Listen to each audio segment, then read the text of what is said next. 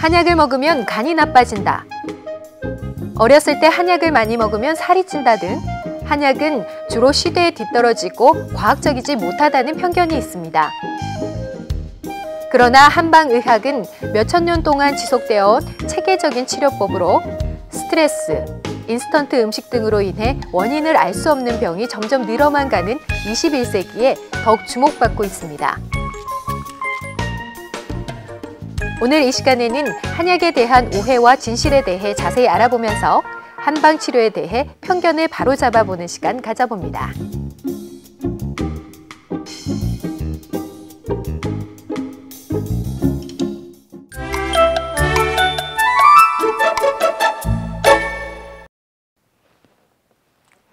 안녕하세요, 김은입니다. 요즘은 인위적인 것들은 배제하고 자연에 순응하면서 사는 삶의 방식, 웰빙에 대한 관심이 뜨거운데요. 때문에 의학계에서도 자신의 몸의 기운과 체질에 맞는 치료를 할 수 있는 한의학에 대한 관심도 높아지고 있습니다. 그런데 이 한의학의 치료의 경우 2000년 이상 오랜 시간 이어져 오다 보니 한방치료에 대한 오해와 편견들이 많이 생겨나고 있는데요. 그래서 오늘 이 시간에는 한약의 오해와 진실에 대해서 자세히 알아보도록 하겠습니다. 도움 말씀 주실 백한의원의 백지성 원장님 나오셨습니다. 원장님 안녕하세요. 네, 안녕하십니까. 네, 오늘 주제가 한약에 대한 오해와 진실인데요. 이 한약에 대한 오해를 이야기할 때 가장 말씀들을 많이 하시는 것이 바로 한약을 먹으면 간이 나빠진다, 콩팥이 나빠진다 이런 얘기들을 많이 하시거든요. 어떤가요? 정말 사실인가요? 먼저 시청자분들께 상식적인 질문을 드리겠습니다. 몸에 좋은 성분이 화학물질일까요? 아니면 천연물질일까요? 우리가 먹는 쌀, 꿀, 파, 생강, 대추 다 한약재로 쓰이는 것이며 우리의 밥상에 오르는 재료들입니다. 모두 천연 재료입니다. 그럼 이런 재료들이 간을 나쁘게 합니까? 아닙니다. 물론 잘못된 약을 투약하거나 몸에 맞지 않는 한약을 처방받으면 한약도 약이기 때문에 간 수치가 순간적으로 올라가거나 간에 부담을 느낄 수는 있습니다. 간 수치가 상승하던 분들은 한약을 복용하지 않으려고 합니다. 하지만 왜 간 수치가 상승했는지 그 원인을 해결하지 않으면 간은 영원히 치료할 수 없게 됩니다. 간염을 일으키는 바이러스를 선천적으로 갖고 태어나는 아이들이 있습니다. 하지만 실제 간에 병이 있는 상태와 별개일 가능성도 높습니다. 최근에 간 수치가 높아서 간염 보균자들이 먹는 양약을 몇 년씩 복용하는 환자들이 자주 내원하십니다. 그 중에 한 분의 예를 들어보겠습니다. 이분은 위장의 문제가 원인이 된 간염 환자였습니다. 간에서 소화액을 만들고 일을 해도 위장이 일을 하지 못하니 간에서 만든 소화액이 축적이 되고 자꾸 쌓이게 되니 그곳에 염증이 생긴 것입니다. 따라서 간보다는 위장을 치료해주면 간이 치료되는 경우였습니다. 간염이나 간암도 원인을 찾아서 치료해야 합니다. 또 한 예를 들자면 환자 한 분이 콩팥이 안 좋으신 분이었습니다. 그분은 예전에 한약을 복용하고 콩팥이 더 나빠져서 다시는 한약을 안 먹겠다고 하시는 분이었습니다. 자세히 진찰을 해보니 콩팥이 안 좋은 원인이 변비 때문이었습니다. 배가 빵빵해지면서 변이 딱딱해지는 병이 있었습니다. 따라서 대변으로 몸에 병독을 배출하는 약을 투여하니 콩팥도 좋아지고 변비도 좋아졌습니다. 그리고 아주 극심한 아토피 피부염에 시달리는 3살짜리 아이 환자에게 같은 한약을 70제를 1년 반 동안 복용시켜서 완치한 경험도 있습니다. 그 아이는 처음에는 어떤 음식도 몸에 들어가면 응급실에 가야 했습니다. 하지만 지금은 모든 음식을 다 잘 먹고 건강하게 자라고 있습니다. 병을 치료하는 한약은 병이 몸에서 없어질 때까지 열심히 드셔야 합니다. 저는 환자들에게 같은 한약을 수개월씩 어린이부터 노약자까지 계속 복용시키는 경우가 많습니다. 한약 때문에 간과 콩팥이 나빠진다는 것이 아니라 건강해집니다. 아직까지도 병원에 가서 한약을 복용했다고 하면 간 기능 검사나 혈액 검사를 먼저 해보자고 하는 병원이 있다고 합니다. 하지만 전 세계에서 한약 때문에 간이 나빠졌다는 논문은 없습니다. 일본의 경우에는 85% 종합병원에 한방과가 있어서 간염이나 간경화를 한약으로 치료한 임상 보고나 치료회가 많으니 오해 없으시기 바랍니다. 네, 그렇군요. 그런데 양약의 경우는 약들이 다 일정하잖아요. 뭐 당뇨병이라든지 아니면 고혈압 약이라든지 어느 정도 정해져 있는데 한약의 경우는 병원마다 다르고 또 사람마다 치료가 다르다고 들었습니다. 이런 경우 더 믿지 못하겠다라고 말씀들을 하시는데 왜 그런 건가요? 한의원마다 다른 처방을 한다는 것이 한의학의 단점이자 장점입니다. 체질을 전문으로 하면 체질 처방을 하고 음양오행을 중심으로 처방하는 한의원은 그 이론에 근거해서 처방을 하게 됩니다. 학파마다 처방을 다르게 하면서 2000년 동안 성장해 온 것이 한의학입니다. 예를 들어 불이 났는데 이불로 불을 끄든 물을 뿌리든 모래를 뿌리든 불만 끄면 된다는 것과 같은 원리라고 생각하시면 됩니다. 하지만 큰 병이 있는 환자에게 이런 식이면 곤란한 것이 사실입니다. 무엇으로 불을 끄는 것이 가장 빠르고 효과적인지를 한의사들이 선별해서 어떤 처방이나 치료가 가장 우수한지를 가려내야 합니다. 그것이 한의사의 역할이라고 생각합니다. 그래서 가장 우수한 치료법을 찾아서 환자 치료에 임해야 할 것입니다. 하지만 지금 우리나라 한의사들이 아직 그런 결론에 도달하지 못한 것입니다. 이는 학문의 특성도 있지만 우리나라의 여건이 좋지 않았기 때문입니다. 앞으로는 반드시 한 명의 환자가 여러 한의원을 다녀도 같은 진단과 같은 처방을 해주는 시대가 올 것이라고 믿습니다. 우리 한의사들이 그런 결론을 내리지 못한 것은 우리나라가 가난하고 국토가 좁아서 약재가 풍부하지 못했기 때문입니다. 이제 우리나라가 처음으로 부자 나라가 된 것입니다. 우리가 언제 중국보다 잘 살았겠습니까? 불과 100년 전만 해도 중국에서 한약을 가져오려고 하면 엄청난 비용 때문에 가져올 수가 없었습니다. 한약 한 재의 가격이 엄청났습니다. 우리는 약재가 부족해서 제대로 임상 결과를 비교 검토할 여건이 되지 못했고 한방의료교육기관이 만들어지지 못했던 것입니다. 이제 잘 사는 시대가 처음으로 되었기 때문에 시간이 흐르면 우리 한의사들이 가장 우수한 치료법을 선별할 것입니다. 그래서 조만간 큰 병이 있는 환자는 같은 진단을 받을 것이고 효과가 가장 우수한 처방을 받게 될 것이라고 생각합니다.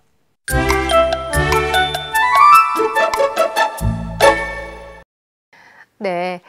한약에 대한 오해와 진실에 대해서 쭉 살펴보고 있는데요.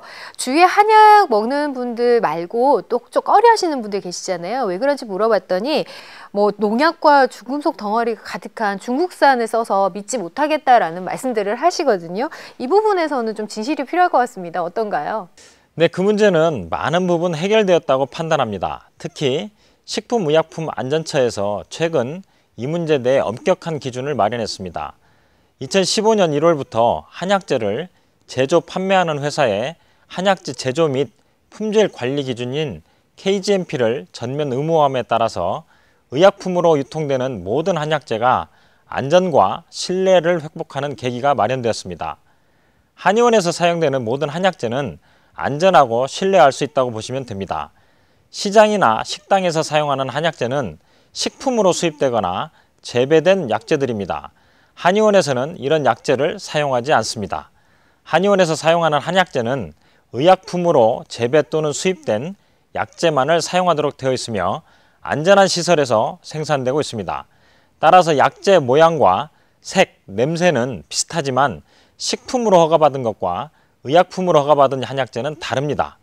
의약품은 엄격한 검사를 통과해야만 합니다. 따라서 엄격한 품질 관리를 받고 있는 약재만을 사용하는 한의원에서 한약을 복용하시면 농약이나 중금속 문제로부터 안전함으로 믿으셔도 됩니다. 옛날 중국에서는 최고의 명의를 의사라는 관직에 임명했습니다. 지금으로 치면 보건복지부 장관의 자리입니다. 그래서 그 의사에게 한약재의 품질을 직접 검사해서 의료기관에 공급하는 일을 하도록 하고 의료제도를 정비하도록 했습니다. 그만큼 국가가 직접 국민들의 건강을 챙겼습니다. 음식 갖고 장난치는 사람들이 없어져야 하듯 약재의 품질을 속이는 일은 이제 사라져야 할 것입니다. 식약처와 농민들, 제약회사가 노력해야 할 대목이고 앞으로 직접 한의사들이 약의 품질을 관리 감독해서 더 좋은 약재로 국민의 건강을 책임질 수 있는 날이 오기를 기대하고 있습니다. 네. 또 이 부분에 대해서는 좀 짚고 넘어가야 될 것 같아서 질문을 드리는데요. 젊었을 때 한약을 많이 먹으면 나이가 들어서 죽음을 맞이할 때 아주 힘들게 죽음을 맞이한다라는 말이 있거든요. 이런 말들은 어떤가요? 사실인가요? 아닌가요? 네, 저도 들은 얘기입니다. 나이 드신 분들이 한약을 오래 복용하면 죽을 때 숨이 안 끊어져서 애를 먹는다고 하시면서 한약을 거부하시는 분들이 계십니다. 정말 황당하고 우스운 얘기입니다. 그렇다면 한의사가 하늘이 내린 운명을 바꿀 수 있어야 합니다. 과연 그럴 수 있을까요? 한의학에 대해서는 너무 많은 오해가 있습니다. 죽고 사는 것은 하늘이 하는 일이지 한의사가 하는 일이 아닙니다. 한의학의 목적은 살아있는 동안 질병 없이 건강하게 살 수 있도록 해주는 것입니다. 디톡스 의학이 바로 2000년 전에 한의학의 시작이라고 생각하시면 될 것 같습니다. 네, 이렇게 한의학으로 치료를 하러 오는 분들을 보게 되면 한의원에서 치료하는 것들이 보통 침이라든지 뜸이라든지 아니면 보약과 한약으로 치료를 하게 되는데, 그런데 각각의 치료들에 대해서 어떤 차이점들이 있는지 잘 모르고 치료를 받으시거든요. 그 차이점에 대해서 자세하게 설명을 좀 부탁드리겠습니다. 네, 침과 뜸은 효과가 있으나 누구에게나 있는 것은 아닙니다. 그 이유는 환자의 회복력을 이용한 치료이기 때문입니다. 즉, 환자가 체력이 좋고 회복력이 있으면 효과가 나타나고 질병도 치료할 수 있습니다. 그 이유는 침과 뜸은 병독을 이동시키는 기능이 있기 때문입니다. 환자 스스로 그 병독을 몸 밖으로 배출시키는 기능이 있으면 완치되는 것입니다. 병독을 배출시키기 좋은 위치로 이동시키는 역할까지가 침과 뜸이 하는 역할입니다. 침과 뜸으로 난치병을 고치기 어려운 이유가 거기에 있습니다. 환자 자신의 회복력이 있어야만 효과가 나기 때문입니다. 한약은 수술과 같습니다. 손을 안 대고 하는 수술이라고 생각하시면 됩니다. 다만 한약이 들어가서 병독을 배출하기 때문에 시간이 오래 걸릴 수 있고 호전 반응을 거쳐서 병이 낫는 것입니다. 한약은 직접 수술하는 것처럼 병독을 배출시키기 때문에 병을 치료하는 한약을 환자들에게 투여하면 희한한 일들이 많이 일어납니다. 제가 직접 진료실에서 한약을 투여한 후에 경험한 내용을 말씀드리면, 한약을 복용해도 안 낫는다고 계속 짜증을 내던 환자가 어느 날 고기 덩어리 같은 살덩어리를 2개 토해내고 병이 낫는 경우도 있었고, 87세의 대장암 말기로 진단받았던 환자는 한약을 복용하고 갑자기 하혈을 2바가지 정도 하더니 5년 동안 병원을 찾지 않고 멀쩡하게 생활하시다가 92세에 돌아가신 분도 있었습니다. 또 심한 정신질환을 앓던 청년은 한약을 복용한 후 물을 뿜어내는 과정을 며칠 반복하더니 병이 낫고, 간질 환자는 시커먼 미역 같은 대변을 보고 나서 간질 발작이 완치된 경험도 있습니다. 이처럼 한약은 호전 반응을 겪고 나서 병이 사라지기 때문에 손을 대지 않고 하는 수술과 같은 작용을 하는 치료법입니다.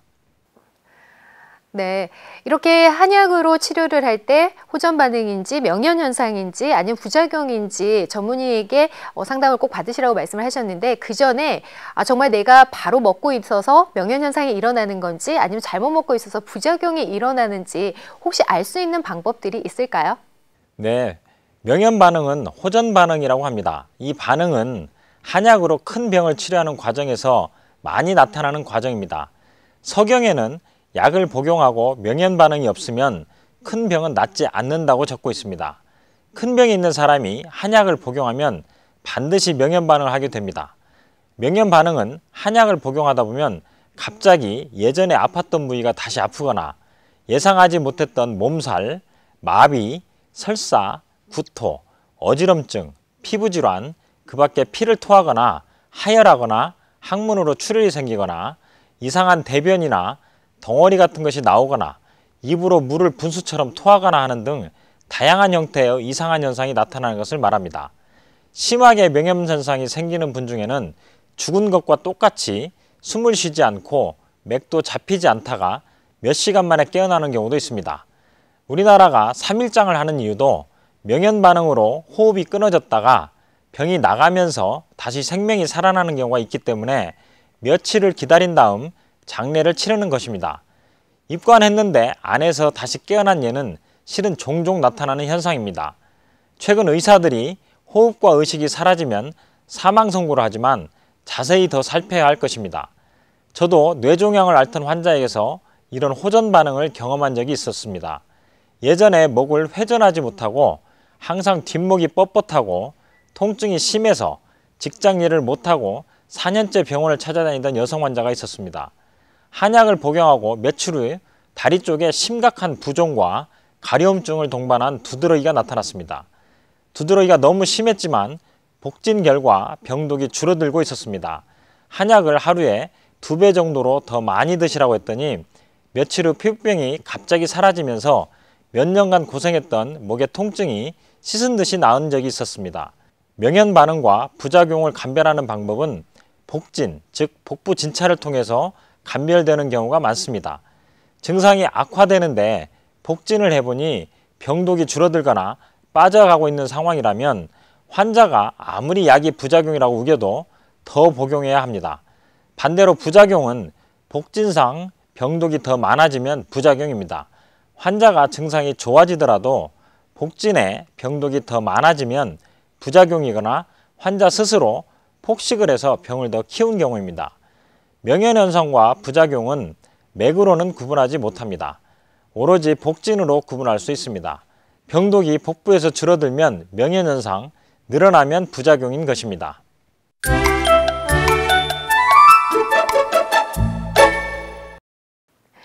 네, 그렇군요. 오늘은 백한의원의 백지성 원장님을 모시고 한약의 오해와 진실에 대해서 자세히 알아봤는데요. 원장님, 마지막으로 시청자 여러분들에게 당부의 말씀 있으시면 부탁드립니다. 한의계가 국민들에게 신뢰를 받기 위해 많은 노력을 기울이고 있습니다.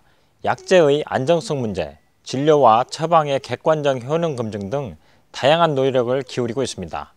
환자들의 고통을 없애주는 방법은 서양의학이 더 잘하고 있습니다. 하지만 질병의 근본적인 원인을 찾아 치료해야 하는 경우는 한의학이 훌륭한 방법이라고 생각합니다. 병은 독입니다. 음식과 물이 들어와서 독이 되는 것입니다. 따라서 한의원에서는 음식이 보약이 되도록 만드는 곳이고 음식이 독이 되지 않도록 해서 질병을 물리치는 곳입니다. 병을 만든 것도 환자고 병을 치료하는 것도 환자의 노력에 달린 것입니다.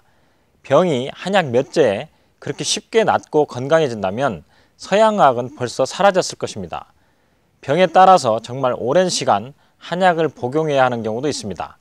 가장 안전하고 경제적이며 효율적인 치료가 한의학에 있음을 검증할 시대가 열렸습니다. 현재 우리나라는 수준 높은 한의사들이 엄격한 한의학 교육을 받고 있습니다. 2000년 전부터 중국과 일본의 명의들이 사용했던 약재를 찾아서 수입도 하고 재배도 하고 있습니다. 이제는 제대로 된 진단만 하면 각종 난치병을 치료할 수 있는 시대입니다. 특히나 한의원에서는 의약품으로 관리되는 한약재만 사용하고 있습니다. 의약품으로 관리되는 한약재는 엄격한 품질 검사를 거쳐서 공급되고 있습니다. 앞으로 우리 한약을 중국이나 넓은 아시아의 땅을 임대해서 직접 재배, 채취하려고 노력하고 있습니다. 우리가 잘 살고 지금처럼 무역이 잘 되는 상황이 몇백 년만 지속된다면 우리나라의 세계 모든 난치병 환자들이 치료받으러 올 날이 올 것이라고 확신하고 있습니다. 환자들이 어디를 가더라도 같은 진단과 같은 처방을 하는 한의원을 만나게 되실 것입니다. 한약 복용으로 인해 간이 나빠졌다는 말을 듣는 시대는 이제 지나갔습니다. 아픈 곳을 한의원에서 진찰받아 건강한 삶을 사시기 바랍니다. 네, 잘 알겠습니다. 원장님 도움 말씀 주셔서 고맙습니다. 고맙습니다. 네, 앞서 말씀드린 대로 식품의약품안전처에서는 한약재 제조와 품질 관리에 대한 기반을 마련을 하고 의무화하면서 믿고 먹을 수 있는 한약재에 대한 기반을 마련을 하였습니다. 이제는 근거 없는 오해와 편견에서 벗어나서 한방치료에 대한 새로운 인식이 필요할 때가 아닌가 싶은데요. 효율적이고 체계적인 한방치료로 더욱더 건강한 삶을 가꾸어 보시기 바랍니다. 오늘 저희가 준비한 내용은 여기까지고요. 다음 시간 더욱 유익한 정보로 찾아뵙겠습니다. 함께해 주신 여러분 고맙습니다.